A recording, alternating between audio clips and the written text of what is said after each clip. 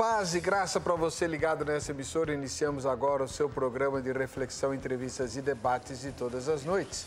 Hoje entrevistando o evangelista Paulo Wong, que é autor de um livro que está para ser lançado pela editora Thomas Nelson, E Deus Falou na Língua dos Homens. Poucas vezes a gente para pensar no grande problema que o Senhor teve quando resolveu se revelar por escrito.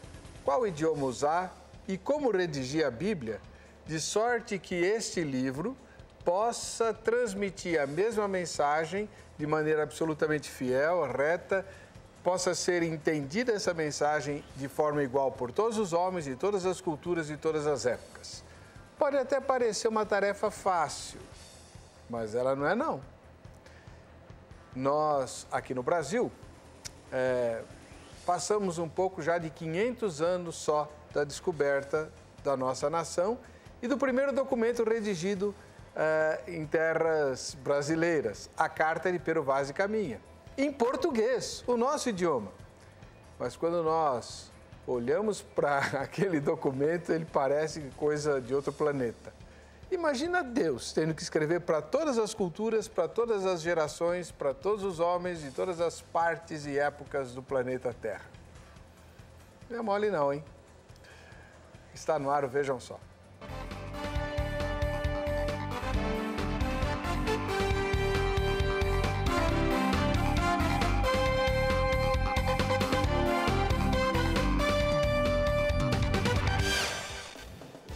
Olá, em nome da Academia Teológica da Graça de Deus, a Grade, iniciamos agora mais uma edição do programa Vejam Só. Hoje recebendo o evangelista da Igreja Presbiteriana do Brasil, lá em Cuiabá, no Mato Grosso, o irmão Paulo Wong. Ele é autor do livro E Deus Falou na Língua dos Homens. Paz e graça. Tudo bem, irmão? Graça e paz, pastor Heber. É um prazer estar com vocês e com os nossos telespectadores hoje. Onde fica a igreja que o irmão é evangelista? Fica na cidade de Cuiabá, a capital mais quente do Brasil. Nós somos a primeira igreja, a igreja pioneira em todo o estado do Mato Grosso, e acabamos de completar 100 anos de história naquele lugar. É muito fácil encontrar nas redes sociais. Primeira igreja presbiteriana, 100 anos agora? 100 anos, nós temos um prédio centenário, temos um no centro e um também na Avenida do CPA, que fica lá em Cuiabá. Muito fácil de achar, procurando pelas redes sociais, tá lá, todo disponível e acesso muito fácil para todos.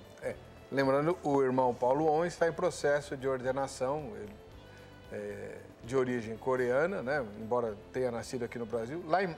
Lá no Mato Grosso mesmo? Não, nasci em São Paulo, isso daqui, paulista. E estudou fora e está em trâmites para a ordenação pela Igreja Presbiteriana do Brasil. Seja bem-vindo. Muito obrigado, pastor. Vamos ver a matéria que apresenta o dilema de hoje, vejam só. O livro mais lido e vendido em todo o mundo é a Bíblia Sagrada. Segundo a Sociedade Bíblica do Brasil, ela foi traduzida para quase 3.000 idiomas e ocupa o primeiro lugar no ranking há mais de 50 anos. Estima-se que mais de 3,9 bilhões de exemplares tenham sido vendidos no mundo. De que forma a Bíblia se destaca como literatura? Que história ela conta? O que significa dizer que ela é inspirada? Podemos confiar nos textos preservados na Bíblia? E a tradução oral tem importância na formação da Bíblia?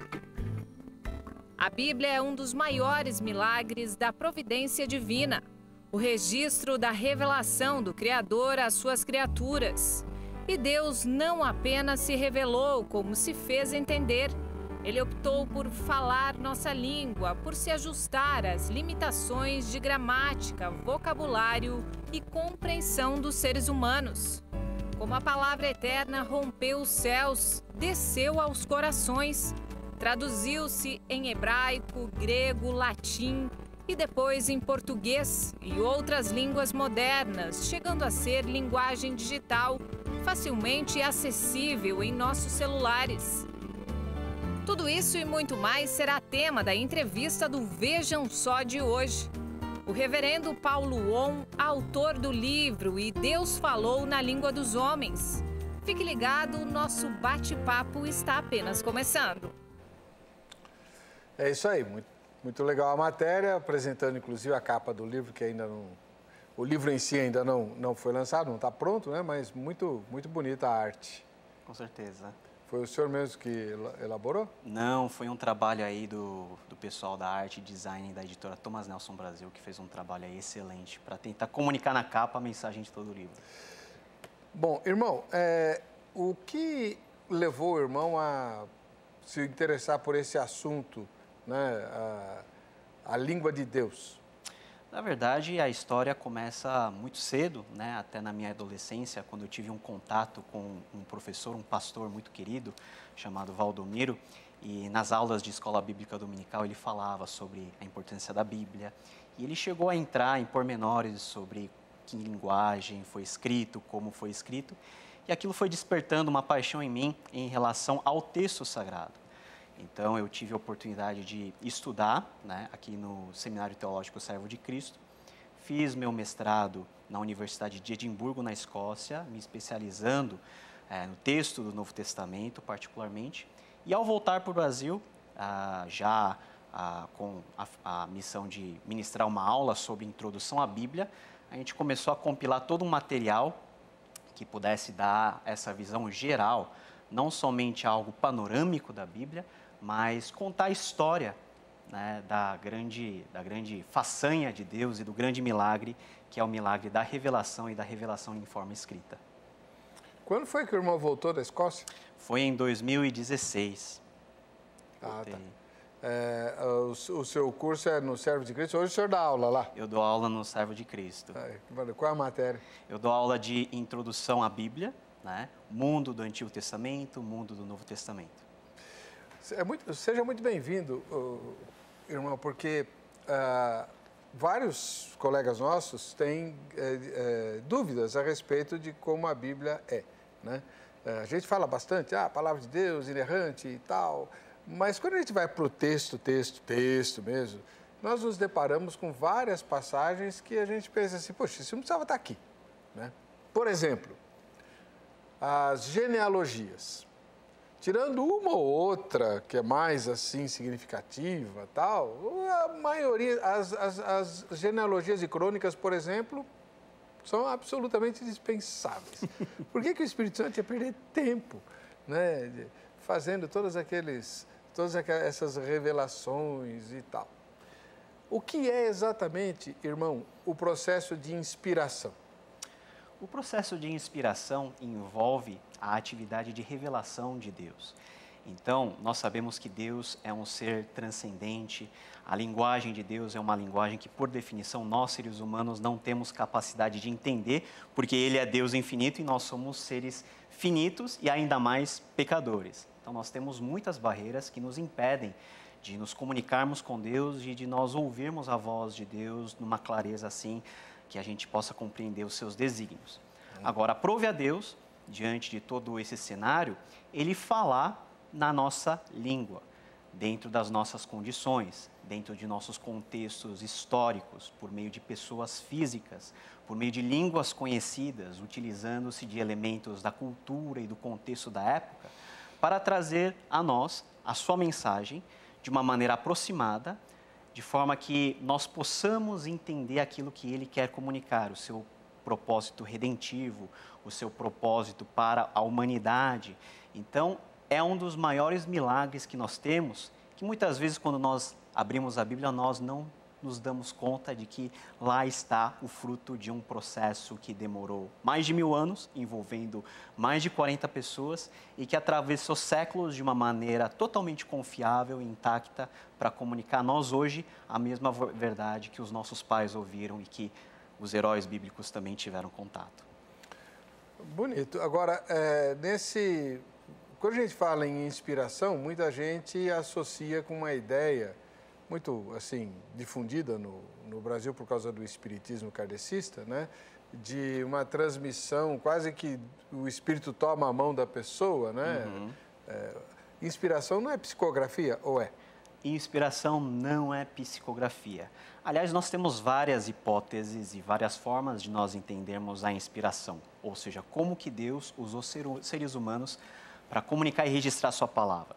Há pessoas, né, no nosso meio que pensam realmente que Deus efetivamente ditou. Então, é a teoria do ditado. Então, Deus falou determinada frase e ele só transcreveu.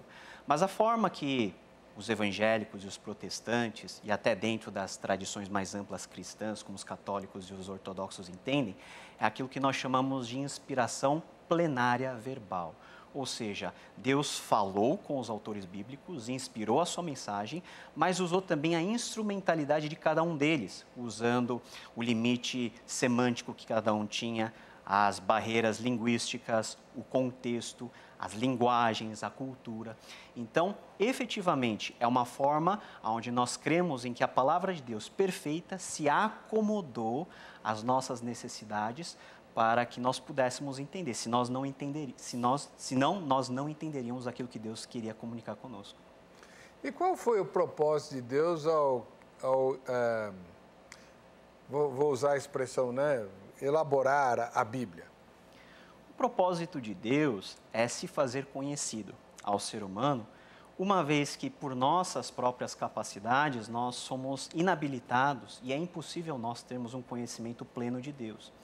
Nós olhamos para a natureza, por exemplo, e podemos chegar até a conclusão que existe um ser superior que, devido a toda a complexidade da natureza, a toda a beleza, de alguma maneira criou todas as coisas.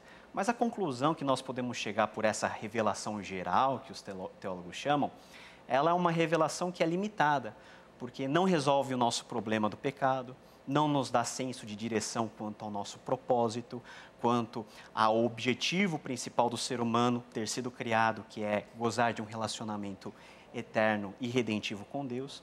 E nessa medida, Deus ele se revela de uma forma mais específica, mais especial, apontando o caminho de ouro para que ele possa ser conhecido e para que a redenção por meio de Jesus Cristo possa ser apresentada ao ser humano em um formato narrativo, fácil do ser humano poder escutar, poder entender e poder conhecer o Deus que nós servimos.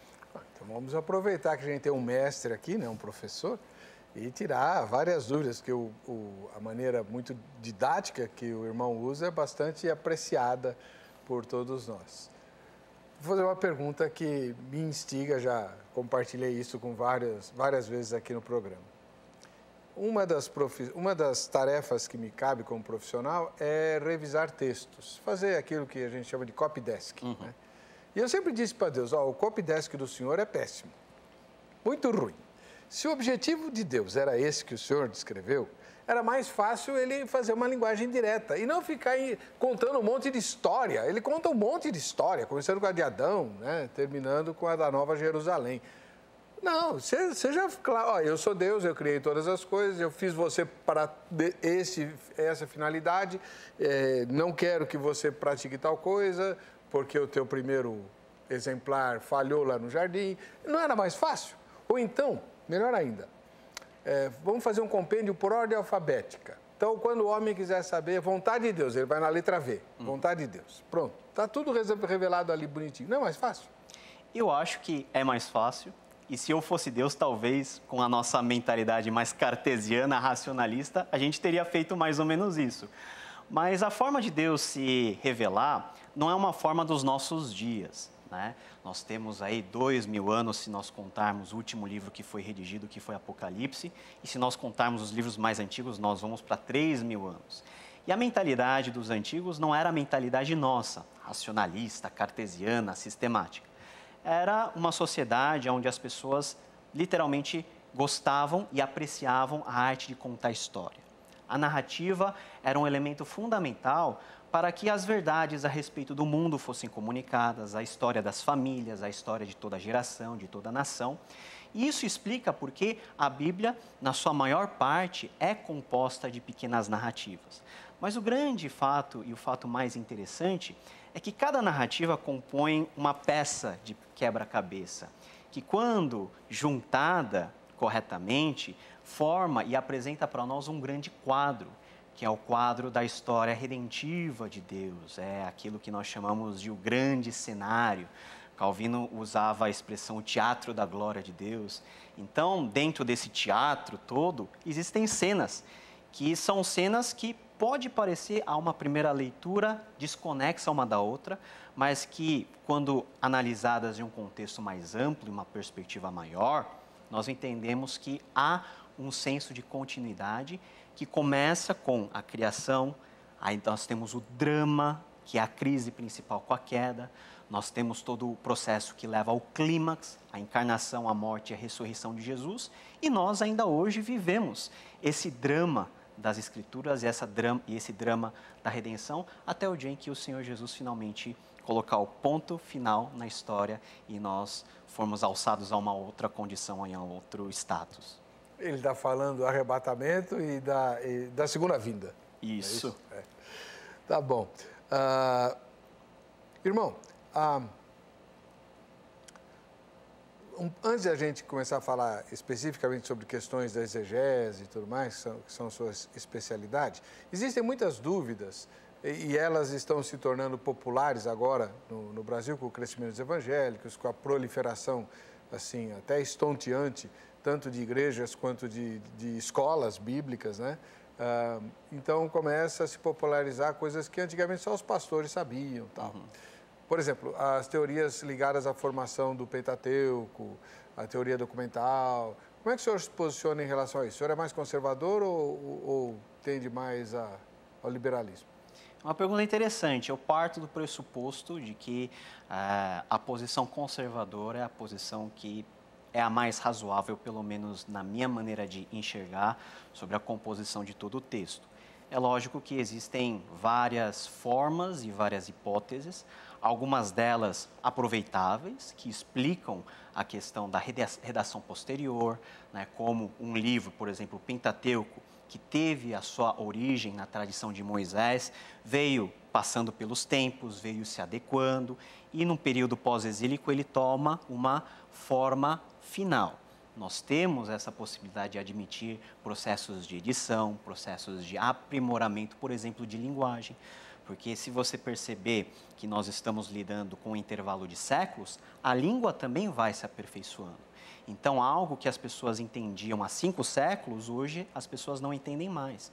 Mas o cerne e a essência, que é a tradição mosaica, ela permanece a despeito de todos os melhoramentos ou de todo o processo de edição que nós tivemos. Por exemplo, Moisés provavelmente não escreveu a parte da morte dele, é uma adição posterior, mas que em nada desabona todo o conjunto que nós podemos chamar de livro de Moisés, conforme a boa tradição da igreja, ela preserva já há 2000 anos. Então, aquela ideia de uma compilação de documentos de origens diferentes não lhe atrai?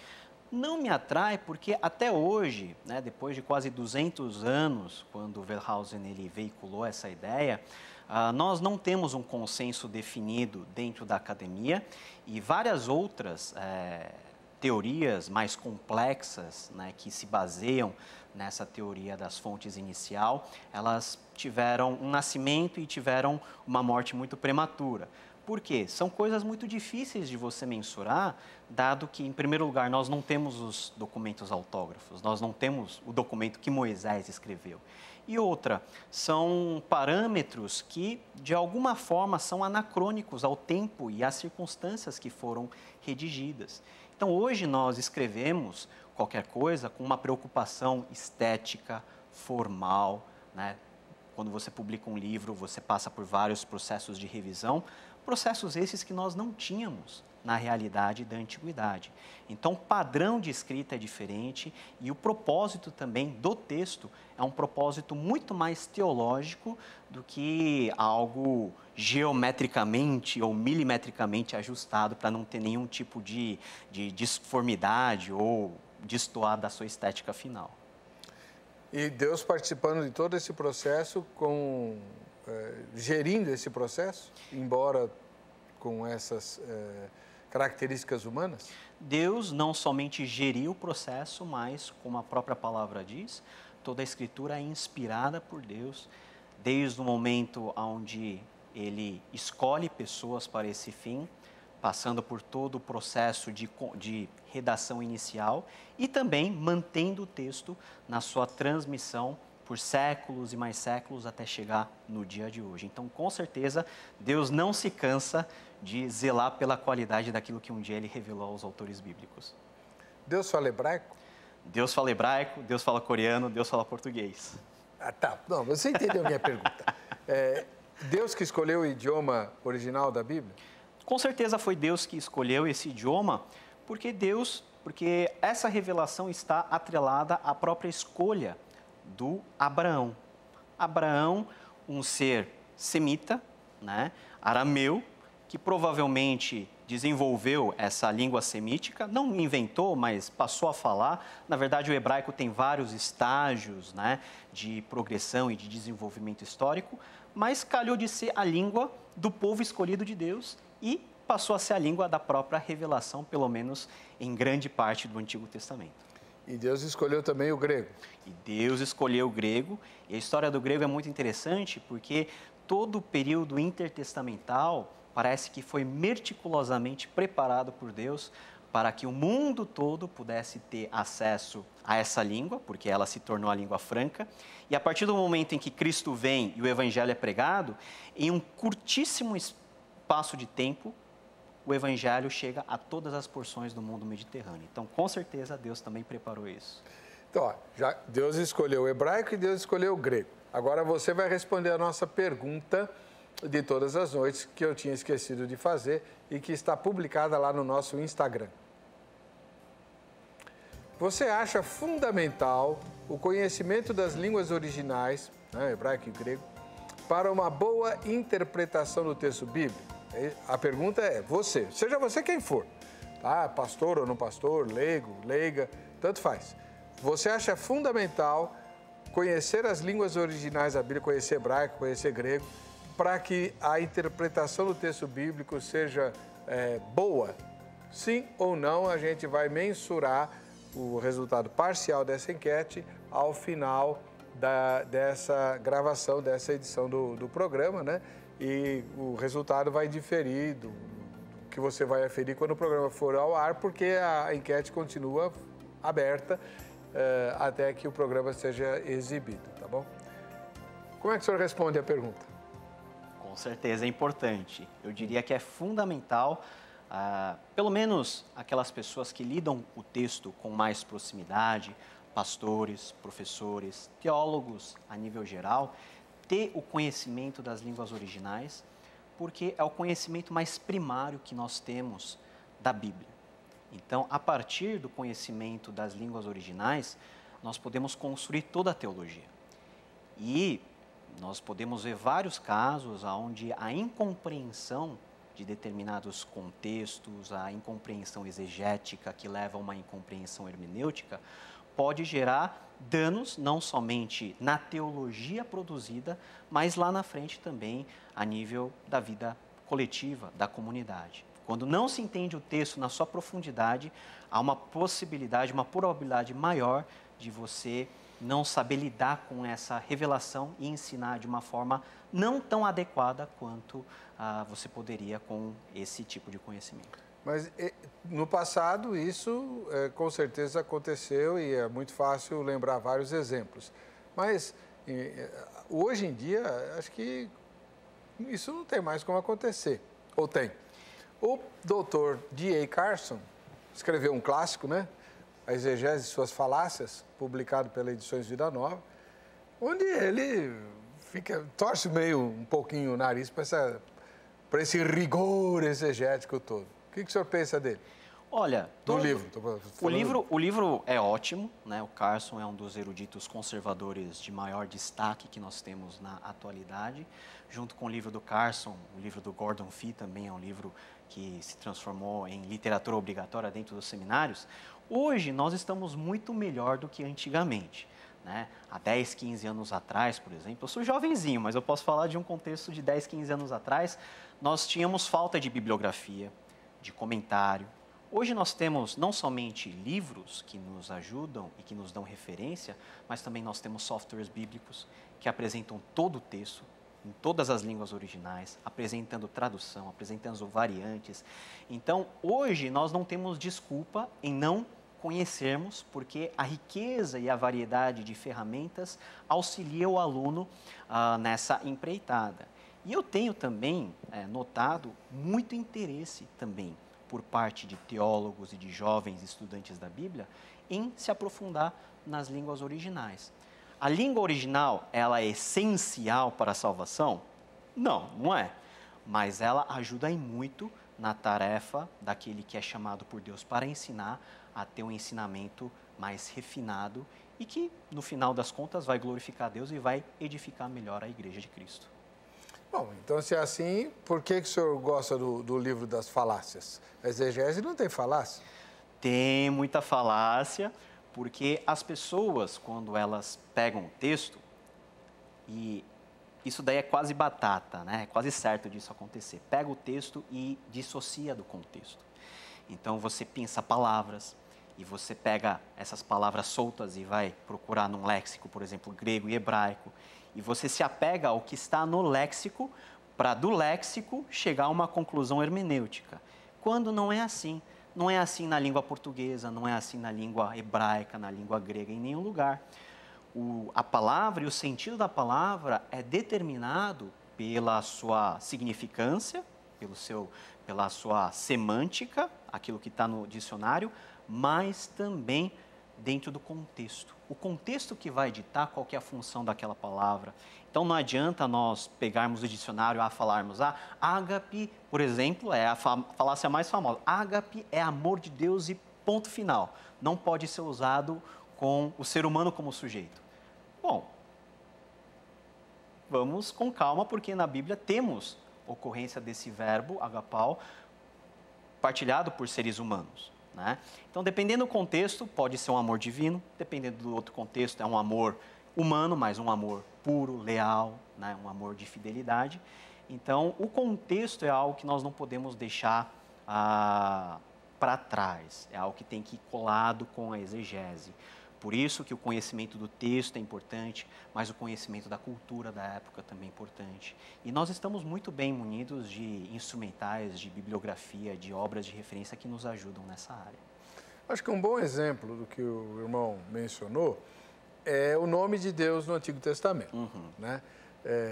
Deus se recusa a dar um nome definitivo para si mesmo, porque depende da circunstância. O Deus dos exércitos é o Deus das batalhas. É verdade.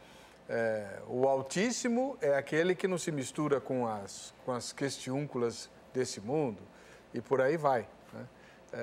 Então, exegese não é só conhecer as palavras no idioma original ou ter a habilidade de consultar o léxico, como o senhor mencionou, né?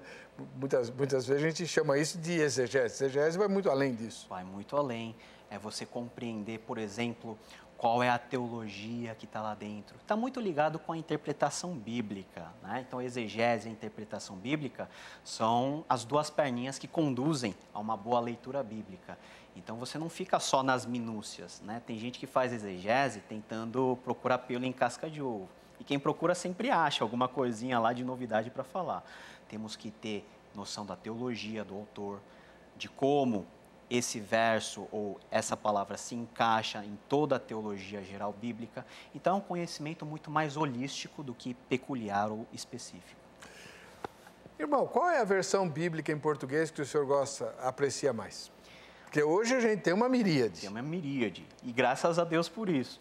Eu gosto da minha boa e velha Almeida Revista Atualizada, porque é a Bíblia que a gente usa em todos os contextos, né? Quem é presbiteriano, com certeza vai usar. Mas boas traduções nós temos várias. NVI é uma ótima tradução, que eu uso também, principalmente no contexto de jovens, NVI. NVT, nova versão transformadora, que é uma das últimas versões que nós temos. Da Mundo Cristão. Da Mundo Cristão, que traz o texto bíblico numa linguagem um pouquinho mais contemporânea, um pouquinho mais digerida, sem aqueles cacuetes, né? Sem aquelas terminologias que, para um novo convertido, é difícil de entender. Por exemplo, justificação. É um conceito caro para nós protestantes, mas se você pega alguém que acabou de entrar na igreja e dá um texto sobre justificação, que menciona a justificação, ele não consegue entender direito a dimensão que isso tem na vida dele próprio e da igreja. Então, creio que essas traduções usadas em conjunto para as pessoas, principalmente que não têm acesso ao conhecimento das línguas originais, é o melhor que você pode fazer para entender de uma forma mais ampla o que determinado texto quer comunicar. O fato de você ter várias versões, às vezes as pessoas falam, isso vai trazer confusão. Não necessariamente. Vai trazer confusão para quem quer ser confundido ou quer usar isso como desculpa para dizer não entendo a Bíblia, né? Com certeza, com certeza. Sempre lança luz sobre aquilo que o texto está querendo ensinar, querendo dizer. No próximo bloco, nós vamos abordar algumas questões um pouco mais delicadas, ligadas à formação da Bíblia em si, né? O Dr. Wong é especialista em biblismo, vamos chamar assim, né? Em como o texto sagrado foi produzido e transmitido até os nossos dias e como ele deve ser utilizado da maneira mais adequada possível. Nós vamos conversar, por exemplo, sobre ataques que o texto vem recebendo, inclusive alguns bastante clássicos do Bart Ehrman, por exemplo, né? Até que ponto ele tem razão, e conversar sobre os evangelhos sinóticos, uma narrativa tão importante como a narrativa sobre a vida e os ensinamentos de Jesus, não podia ser um pouco diferente? Por que a gente tem um evangelho só diferente, os outros 3 muito iguais? Coisas dessa natureza. As epístolas, até que ponto elas refletem os ensinamentos de Jesus que a gente lê nos evangelhos, ou elas são revelação nova? E como nós devemos, crentes no Senhor Jesus, tementes a Deus, guiados pelo Espírito Santo, nos apropriar de todas essas coisas e responder a todo aquele que indagar a razão da nossa fé num mundo tão materialista e tão anti-Deus como aquele que a gente vive. Não sai daí, o segundo bloco promete e muito.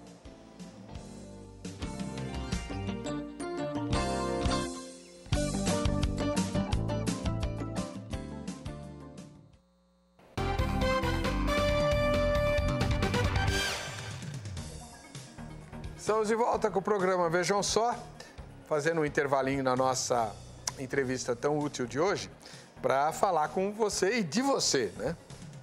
O quadro Vejam Só, quem assiste ao Vejam Só, nos próximos dias vai sortear um presente entre aqueles que estão participando. Qual é o objetivo desse quadro? Conhecer você, te dar voz, te dar vez. Você manda a sua foto ou o seu vídeo para o nosso e-mail, vejamsó@rittv.com.br. Um vídeo dando sugestão de tema, sugestão de convidado, fazendo alguma observação sobre o programa. Caso você queira discutir o tema do dia, aí é pelo WhatsApp, tá? O WhatsApp é o mais 5511 945952133, é isso, né? 2133, 45952133 em São Paulo, então 5511 e o 9, né? Tá bom? E o presente é o livro do pastor Marcos Granconato, o livro A Cabeça de São Bernardo das Correntes. Aí, né? Depois eu vou dar uma cantada aqui no nosso convidado de hoje para ele ceder uma cópia do livro, né? Para a gente poder sortear também. A Cabeça de São Bernardo das Correntes é um livro de ficção cristã muitíssimo interessante, muito instigante, escrito para adolescentes, mas os adultos ficam fissurados. A gente não consegue parar a leitura, porque é muito bem escrito e com tons de curiosidades, mistérios, é muito bacana. Estamos lendo em família e está sendo uma delícia. Bom, hoje a gente tem a foto do Antônio Jorge Ribeiro, ele mora em Valença, no Rio de Janeiro. Ô, Antônio, abração para você, meu irmão, que Deus te abençoe bastante, obrigado pela audiência. E a gente recebeu um vídeo lá que vem de Planaltina, no Distrito Federal, o Denis Pesuto. Vamos lá? Paz e graça, pastor Heber Cocarelli. Meu nome é Denis, sou de Planaltina, Distrito Federal. Pastor, neste momento eu estou numa transição. Estou saindo da Assembleia de Deus e estou ingressando na primeira igreja presbiteriana de Planaltina. Por estar saindo da Assembleia, eu tenho uma pergunta. Na Assembleia se busca muito por milagres. E eu vejo ali em Êxodo quando Moisés e Arão se apresentam para Faraó, que eles realizam sinais a mandados de Deus, que os magos e feiticeiros conseguem replicar aqueles sinais. Eu gostaria de saber se nos dias de hoje o inimigo de nossas almas usa sinais miraculosos ou milagres satânicos para iludir o povo de Deus, e quão perigoso é para a gente viver a vida, não pela palavra, mas pelos milagres. Muito obrigado, um ósculo santo, estamos juntos. Ô, Denis, legal, muito bacana. Você é um rapaz muito simpático, Deus te abençoe. Um ósculo santo para você também, para a sua nova igreja, Presbiteriana de Planaltina. Se não me engano, eu estive lá uma vez acompanhando um missionário canadense, mas não tenho certeza se foi nessa igreja aí. Mas um abraço a todos. Sua sugestão é excelente. Como a gente tem um biblista aqui, já começo perguntando para o poder. Os magos enganavam, como a maioria dos mágicos do passado, ou eles dispunham de poder sobrenatural? Olha, o texto, ele dá essa interpretação dúbia, né? Então, quando nós temos a disputa entre Moisés e os feiticeiros ou os magos, no contexto do Egito, parece que os magos tinham a capacidade de replicar de maneira miraculosa ou de uma maneira, né, encenada, né, algo parecido com mágica, a vara se transformando em serpente e todas essas coisas. O ponto é que nós cremos que o diabo, o inimigo das nossas almas, tem um poder de iludir e de seduzir aquelas pessoas que são crentes em Jesus. Se o mesmo diabo pode se disfarçar de anjo de luz para, se preciso for, seduzir os eleitos, eu creio que essa sedução pode ser feita por meios também que nós consideramos como sobrenaturais, porque o diabo tem certo poder sobre o sistema e sobre aquilo que ele pode, pela permissão de Deus, ter algum tipo de domínio.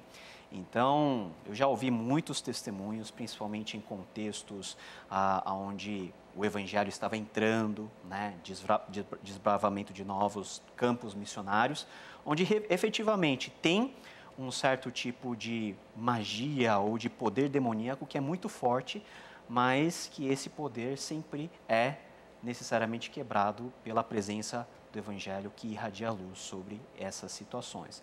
Então, dentro do Antigo Testamento, nós temos episódios onde parece que isso efetivamente aconteceu, mas sempre contornado pela graça de Deus que coloca aí o domínio de Deus acima de qualquer poder do diabo. Glória a Deus, né? Bom, nós estamos hoje com uma entrevista, né? O evangelista Paulo Won, ele está em vias de se tornar pastor presbiteriano, né? Então, faz mais do que jus ao título reverendo. Você já é doutor? Não, sou mestre. Mestre. Fez mestrado lá na Escócia, não é isso? E está conosco hoje falando um livro que vai ser lançado muito brevemente pela Thomas Nelson, e Deus falou na língua dos homens, contando as aventuras de Deus ao registrar a sua palavra, né? Ao escrever a sua palavra. Bom, existem muitas coisas que a gente quer conversar, mas a gente precisa nos concentrar que televisão é complicado, né? Existe hoje muita crítica da grande mídia, inclusive não apenas com artigos, mas com livros, revistas, etc., pondo em dúvida a integridade das Escrituras Sagradas. Algumas dessas obras não questionam a origem divina da Bíblia. Creem em Deus e tal, até talvez para cooptar a simpatia dos crentes, né? Mas dizem que a Bíblia pode ter sido deturpada ao longo do tempo pela ação humana, visto que nós, como o senhor mesmo disse, não temos os textos originais, os autógrafos, como a gente costuma dizer, né? O texto escrito por Moisés ou por Mateus, mas cópias desses textos. Então, qual o grau de confiança que nós podemos ter nas versões que nós possuímos hoje, nos textos bíblicos que nós possuímos hoje? O grau de confiabilidade que nós podemos ter tanto dos textos do Antigo Testamento quanto dos textos do Novo Testamento é um grau altíssimo. Isso se verifica comparando com diversos outros documentos da antiguidade, que nós não temos também os autógrafos, mas que foram transmitidos a nós por meio de cópias, né? Nós não temos os documentos autógrafos de Moisés ou de Paulo, sequer de Mateus ou de João. Nós temos cópias que foram preservadas e na antiguidade era tudo feito manualmente. Então você pegava um documento, passava horas lá copiando e esse documento ia de mão em mão até efetivamente o papel se desgastar e o papel, que era papiro, um material muito mais frágil, ela se tornar inviável. Então se fazia uma nova cópia. Mas o processo de cópia na antiguidade, até herdado da própria tradição judaica e da tradição dos grandes escribas do contexto semítico e oriental, é um processo muito confiável. Porque até dentro do processo de cópia dos documentos judaicos, se chegasse à conclusão de que há um erro, o documento todo era descartado. Então, por exemplo, o trabalho dos massoretas, que eram judeus peritos nessa arte, no início do século X, no início da Idade Média, eles faziam contagens, né, reversas para você chegar em determinada letra no meio do texto.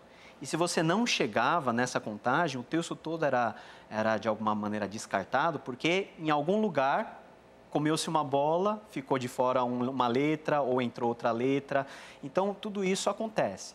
Nós temos várias variantes, cópias que têm palavras diferentes umas das outras, mas em raríssimos casos isso depõe contra a integridade da mensagem do texto e da teologia do texto.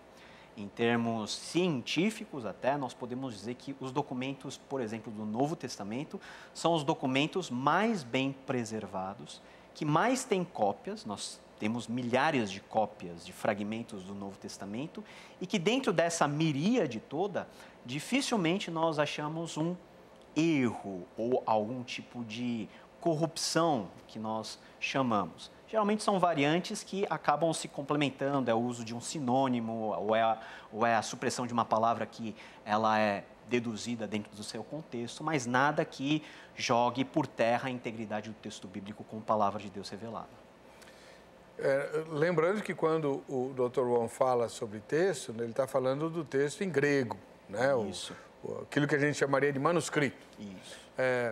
Mas se é assim, professor, então o Bart Ehrman escreveu uma obra que ficou muito conhecida no mundo todo, né? Ele que era, inclusive, muito conservador, né? Fez um seminário bastante rígido e tal, e depois acha que a gente não pode confiar, porque há milhares de diferenças nas comparações dos textos do Novo Testamento. Como é que o senhor vê isso? Existem diferenças, né? E o Bart Ehrman, ele é respeitado até certo nível como erudito na área, mas ele é um bom polemista, né? Então ele levanta muitos aspectos do texto que são considerados como eventuais diferenças ou eventuais resquícios de corrupção e se concentra só neles. E esquece ou não considera o fato de que nós temos milhares de outros testemunhos que afirmam a integridade do texto. Então não é só a questão de você comparar um manuscrito A com o manuscrito B e falar que o B está certo e o A está errado ou vice-versa. Nós temos toda uma família, várias famílias de manuscritos, tanto separados nas tradições orientais, ocidentais, africanas, da Ásia, da Turquia, que de alguma maneira, embora separados por uma grande distância geográfica, elas se concordam, elas se complementam. Então, efetivamente, se nós falarmos que dentro dos manuscritos nós não temos diferenças, isso não é algo verídico. Nós temos diferenças e existe uma ciência dentro da teologia específica para nós, devido à ausência dos autógrafos, chegarmos mais perto daquilo que seria o autógrafo por meio da comparação de manuscritos antigos, de manuscritos descobertos, que estão sendo descobertos até hoje, até muito pouco tempo, e que compõem uma biblioteca que, principalmente dentro da tradição alemã, dos teólogos alemãos, eles têm uma facilidade em compilar isso e gerar edições no Novo Testamento que nós chamamos de edições críticas. que dentro dessas edições nós temos várias notas de rodapé, aparatos críticos que vão falando, nessa versão está escrito assim, naquela outra versão omite-se, mas, novamente, nada que depõe contra a mensagem e essência do texto. Então, só para matar a tua curiosidade, a imensa maioria dessas divergências se dá na redação de nomes próprios, né? Nabucodonosor, Nebucodonosar, por exemplo, faz uma diferença incrível, né? Na preposições, a mudança de preposições, é a imensa maioria dessas variantes. Sim, variações também da própria escrita, né? Por exemplo, na língua portuguesa, até antes do acordo, nós tínhamos duas formas de português. A forma de português com Portugal e a forma do português aqui no Brasil, né? Nós temos o uso do C mudo muito lá em Portugal e aqui não. No contexto grego, nós também tínhamos isso. E o contexto grego é ainda, vamos dizer assim, pior, porque não há comunicação entre as várias formas de se falar grego, né? O mundo era muito mais distante, se demorava muito mais para ter um certo nível de consenso. Então, diferenças em termos de escrita, alguém escrevia com I, outro escrevia com E, né? Variações mínimas que você chega à conclusão de que são variações que não depõem contra a palavra, a semântica ou a mensagem. São variações que fazem parte do processo, porque o processo de redação foi divinamente inspirado, mas é um processo de mecânica humana. Exatamente. Então é impossível o homem produzir uma fotocópia idêntica. Eu tive o cuidado, com muito zelo, de estudar o trabalho do Eerdmans com o seguinte critério: qual discrepância compromete alguma doutrina bíblica? Não precisa nem ser doutrina essencial. Eu não achei nenhuma. Então, tudo aquilo que nós cremos, todas as nossas doutrinas, que a gente chama de bíblicas, permanecem absolutamente inalteradas com o trabalho crítico do Bart Eerdmans. Não muda nada. Não muda nada. E eu acho que o principal, vamos dizer assim, problema dele é o pressuposto. É o que move ele a chegar em determinadas conclusões, que é um ceticismo em relação ao texto bíblico, ao seu uso e à sua importância e à sua inspiração. Quando nós partimos do pressuposto de que o texto bíblico não é inspirado por Deus e é produto apenas da engenhosidade humana, nós podemos construir 1 milhão de teorias sobre isso que vai se encaixar. Agora, quando nós cremos que Deus está por trás, de maneira presente em toda a redação e preservação do texto, nós entendemos que eventuais variantes que nós podemos encontrar são variantes que todas elas se curvam ao propósito maior do texto. Então, agora vamos ver uma questão reversa, ou o contrário. Por que nós temos 4 evangelhos na Bíblia, sendo que 3 são a mesma coisa? Se você lê com atenção, não é la mesma chose, né? Não é a mesma coisa. Nós temos efetivamente 3 evangelhos que nós chamamos de sinóticos, ou seja, olhados em conjunto ou de uma mesma perspectiva, e temos o João, que é o mais diferentão. Quando nós lemos os 3 evangelistas, Mateus, Marcos e Lucas, que têm muitas semelhanças, nós percebemos que mesmo as narrativas que se repetem nesses evangelhos, no fundo, são escritos com percepções e com intuitos teológicos um pouquinho diferentes uns dos outros. Então, por exemplo, Mateus, Marcos e Lucas narram, e João também vai narrar a questão da purificação do templo. Mas qual que é a intenção de Mateus em narrar daquele jeito? Como que Marcos trabalha, intercalando com o episódio da figueira, que parece que em Mateus é em um dia, em Marcos é em outro. Tudo isso leva-nos a uma questão central na hora de nós compararmos os evangelhos, que é o propósito teológico. O que move o autor, dentro de toda a concepção de inspiração que nós temos, não é exatamente a questão da precisão cronológica ou dos fatos. Isso é uma percepção nossa, é uma preocupação nossa, de pessoas pós-modernas, cartesianas. Mas na antiguidade isso era secundário. Qual que é o propósito principal? É o propósito teológico. Que tipo de imagem de Jesus eu quero transmitir para a minha audiência? Qual que é o Jesus que eu enxergo na minha frente quando eu leio Mateus? Qual que é o Jesus que eu enxergo quando eu leio Marcos? qual que é o Jesus supremo que eu enxergo, concluindo todas essas coisas em João. Então, são facetas, o objeto é o mesmo, é o Senhor Jesus, mas analisados de ângulos e perspectivas diferentes por pessoas, 2 delas que foram discípulos de Jesus, Mateus e Marcos, e 2 que pegaram... Mateus e João, e 2 que pegaram as informações da tradição apostólica, que é Marcos e Lucas. Então, tem muitas diferenças, até entre os sinóticos, mas essas diferenças são muito complementares e nos trazem vamos dizer assim, uma pintura, uma apresentação muito completa de Jesus, que é um ser efetivamente muito complexo. Qual que é o livro da Bíblia que o senhor gosta mais? O livro da Bíblia que eu gosto mais, no Novo Testamento eu gosto de Marcos. Não diga. Gosto de Marcos. Por quê? Porque Marcos é muito interessante, porque é o mais curto, mas os relatos e os milagres apresentados em Marcos, na sua maioria, são mais detalhados do que em Mateus e em Lucas. Por isso que nós consideramos que Marcos foi provavelmente o primeiro evangelho e que se transformou em fonte para os demais. Então, Marcos não conta a história do Natal, por exemplo, mas apresenta uma outra cristologia, apresenta Jesus como Filho de Deus. Já é algo que é revolucionário dentro do contexto onde Marcos está escrevendo. No Antigo Testamento eu gosto de Jonas. Jonas é o meu livro preferido. Você notou que eu gosto de livro curtinho, né? Mas curtinho, mas que é teologicamente muito relevante e que apresenta facetas ao mesmo tempo de um Deus que se revela de forma divina, mas também de um ser humano que é receptor dessa revelação, e esse ser humano que tem toda uma série de questionamentos, toda uma série de dilemas e de dúvidas que conduzem e que são conduzidos por Deus de acordo com os seus propósitos. Então, Mateus e Jonas são os meus preferidos. Marcos ou Mateus? Marcos e Jonas são os meus preferidos. O Jonas é fascinante, né? Principalmente para nós, porque mostra que o homem de Deus não é querubim, né? Com certeza. E mesmo depois de ter salvo uma cidade inteira, continua muito humano.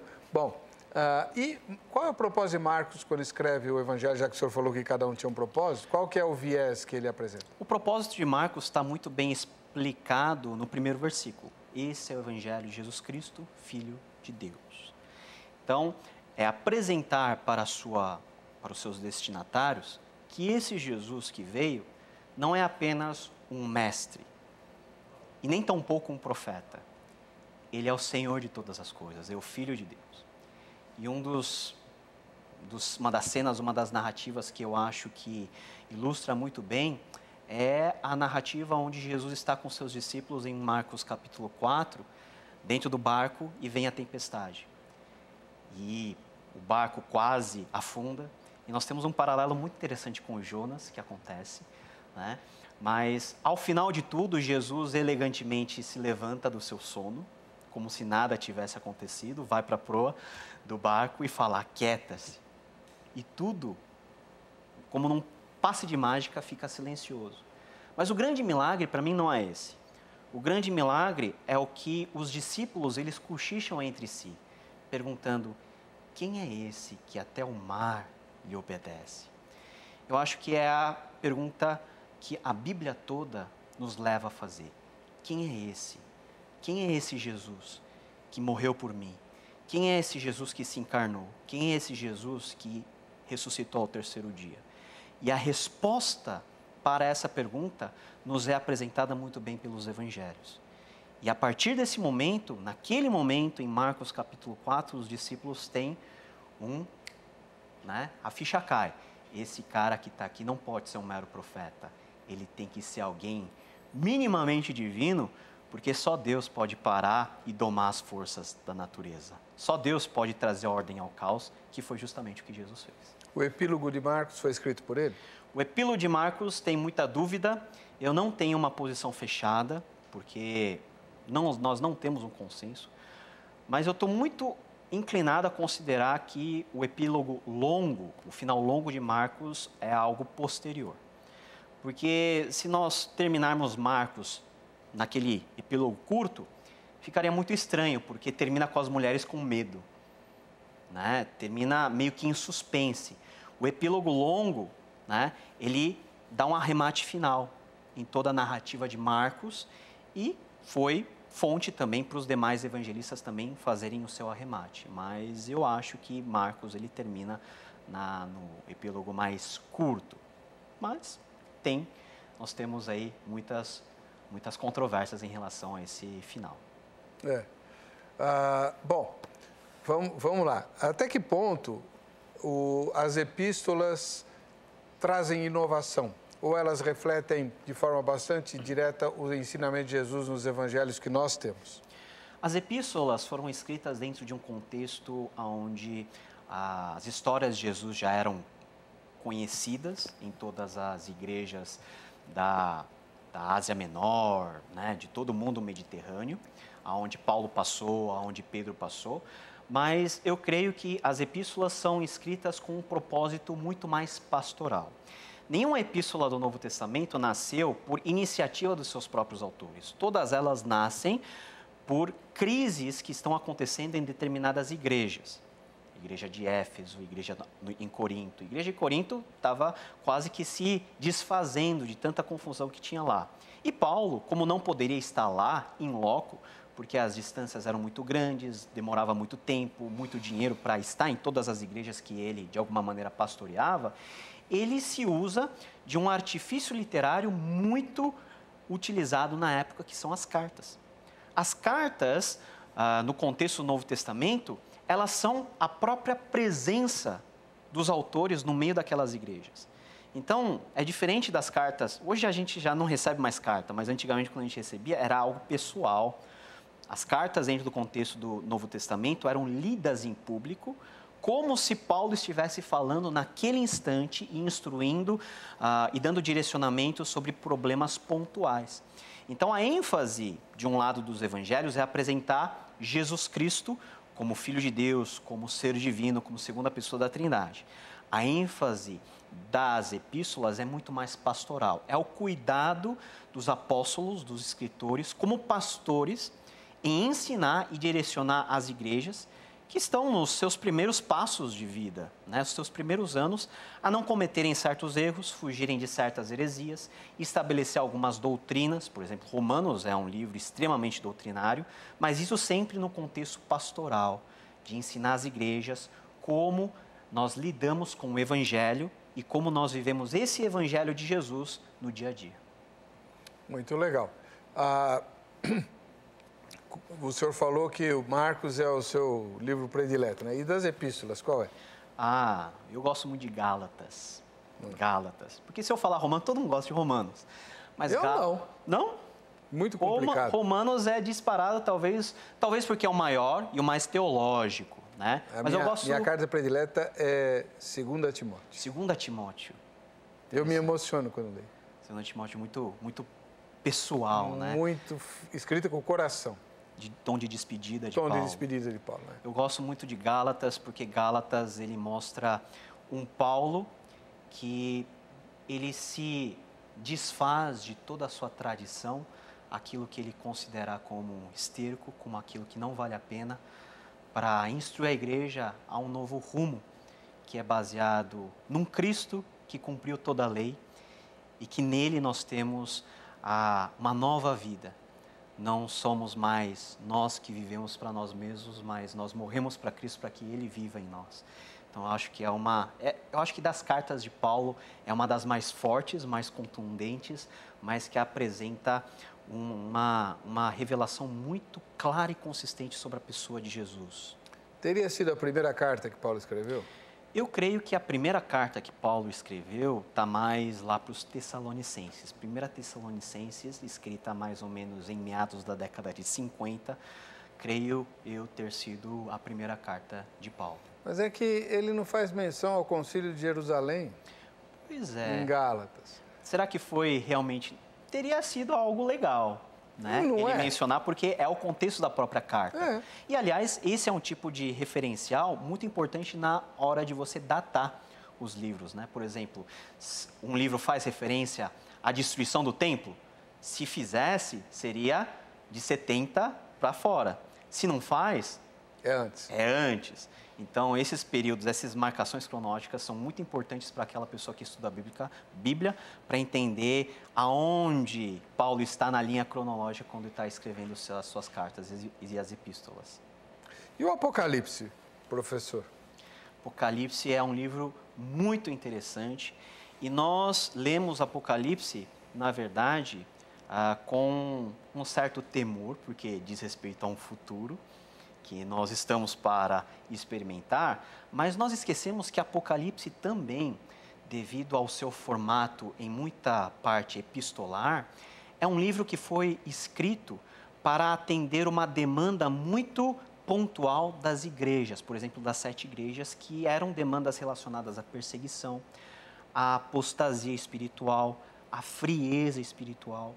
Então, nós podemos interpretar Apocalipse como um livro que nos direciona ao futuro, mas também um livro que nos ajuda a responder grandes dilemas do nosso presente. Nós somos perseguidos, nós somos afligidos como cristãos, como e aonde nós depositamos a nossa esperança para que eu possa acordar amanhã feliz, crendo em Jesus e permanecendo crente em Jesus Cristo. E é isso que Apocalipse ele nos direciona. Você tem que olhar para frente, para o Cristo que está sentado no trono, para o Cordeiro que foi imolado, que em breve voltará e que todas as nações hão de se prostrar diante dele e que as breves e momentâneas crises, perseguições, dilemas que nós estamos vivendo, todas elas podem não ter uma resposta hoje e podem não ser solucionadas hoje, mas com certeza lá na frente Deus há de colocar todos os pingos nos is e arrumar a bagunça que nós vivemos dentro desse mundo. O senhor tem origem na Coreia, né? Sim. O senhor é de família coreana. A Coreia do Norte é um dos países campeões de perseguição contra os cristãos.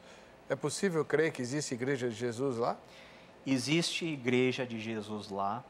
Existem igrejas ilegais. Na sua grande maioria são igrejas ilegais. Igrejas que se reúnem em casas, em subsolos, batismos que são realizados por correspondência, porque não pode batizar, então por mensagens trocadas, pessoas que efetivamente morrem por Jesus Cristo, pessoas que veem famílias serem assassinadas na sua frente, sendo metralhadas, crucificadas. É um cenário que nós não conseguimos imaginar, porque nós vivemos um cristianismo muito abençoado, porque nós estamos livres, pelo menos, desse tipo de perseguição.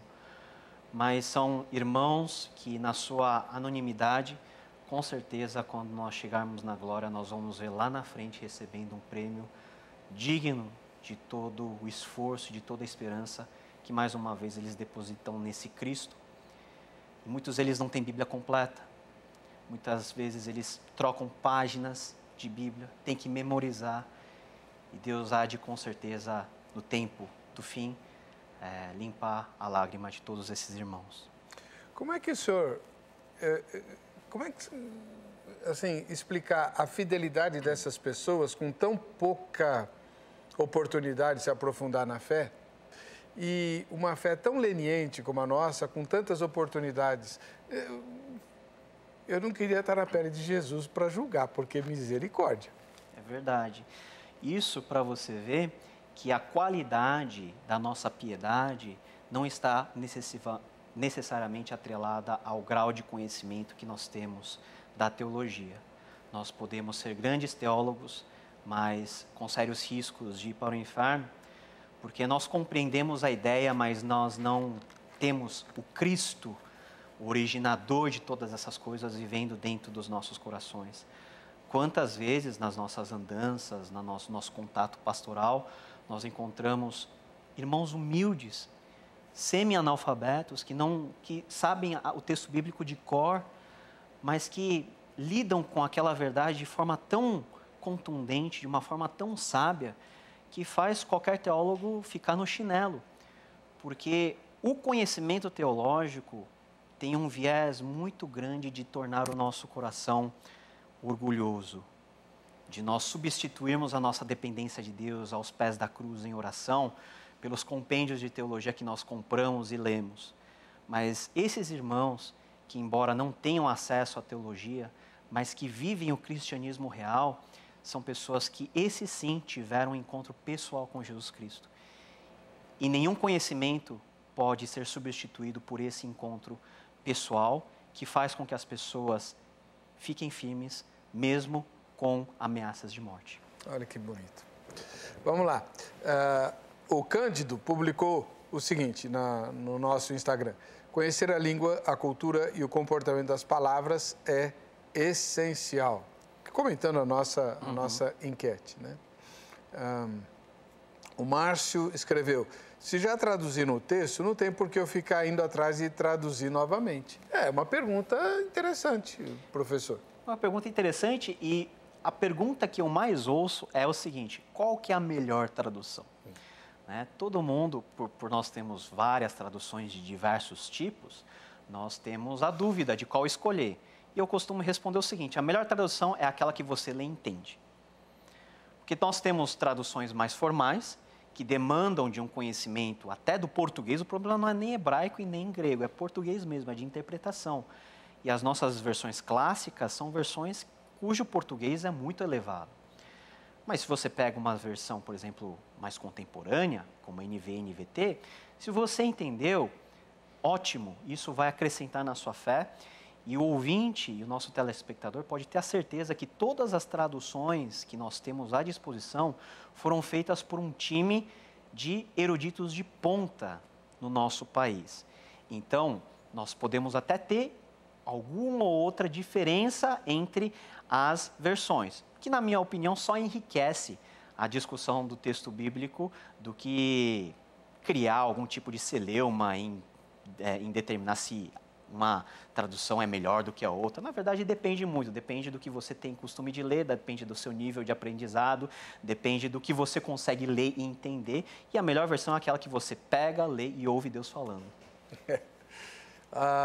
O Vitor Lima disse, gostei dessa frase, né? Pega Deus falando, é muito legal.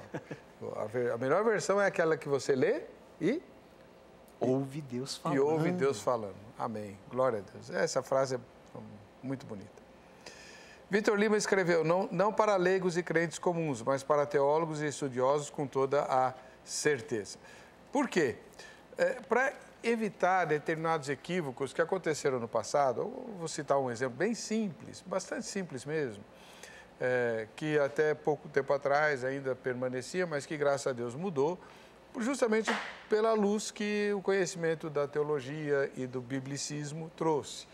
Até pouco tempo atrás, muitas denominações oprimiam as irmãs com proibições que não estão na palavra, que não são escriturísticas, né? Mas que fazem parte de um entendimento dos antigos por causa de um texto uma leitura muito rasa do texto sagrado, né? Então, o conhecimento das línguas, de como o texto se articula, ajuda bastante em relação a suprimir essas tolices, né? Que muitas vezes mais atrapalha a vida do que ajuda. Com certeza. Nossa tarefa é de ensinar e ensinar com qualidade. Quando é que o seu livro sai, professor? O meu livro ele está para ser lançado oficialmente, né, em meados de outubro. Creio que 15 de outubro já começa a ser despachado pelas principais redes de logística.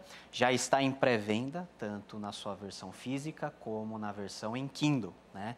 Então, se você acessar e procurar saber mais sobre o texto e sobre esse livro, você pode já fazer a sua encomenda, que com certeza em breve chegará em suas mãos. Muito obrigado. Quem quiser entrar em contato com o irmão Paulo On, o contato dele está publicado no nosso Instagram. Vamos ver o resultado parcial da enquete. Você acha fundamental o conhecimento das línguas originais para uma boa interpretação do texto bíblico? 83% disseram que sim e 17% disseram que não, né? Tá bom, 83% entende isso, então vamos estudar cada vez mais. Graças a Deus por isso. E acatar aquilo que a gente vai descobrindo nesses estudos. Por exemplo, um equívoco muito comum, que não precisa conhecer a língua original, aquilo que o professor falou, basta saber português. Quando Jesus diz, né, examinais as Escrituras, porque julgais ter nelas a vida eterna, são elas... Jesus não está dizendo, não está mandando examinar, ele está comentando, olha, vocês examinam as Escrituras porque vocês acham que lá está a vida eterna e são elas que testificam de mim, né? Mas não está no imperativo, está no presente do indicativo, né? Vós examinais. Mas tanta gente fala, né? Ah, Jesus mandou examinar, não é verdade? É verdade. Nós temos muitos mitos, né? E muitas falácias que são veiculadas, né? E que, na verdade, não expressam a realidade, o espírito do texto. Então, você lê o texto com cuidado, né? Sempre com um espírito de oração e também sempre interessado em conhecer mais daquele texto, com certeza vai ajudar você a não cair nesses mitos e nessas falácias e ter uma compreensão da palavra de Deus, que é sempre uma compreensão que leva à edificação. Muito obrigado. A gente se vê no próximo. Vejam só. Até lá.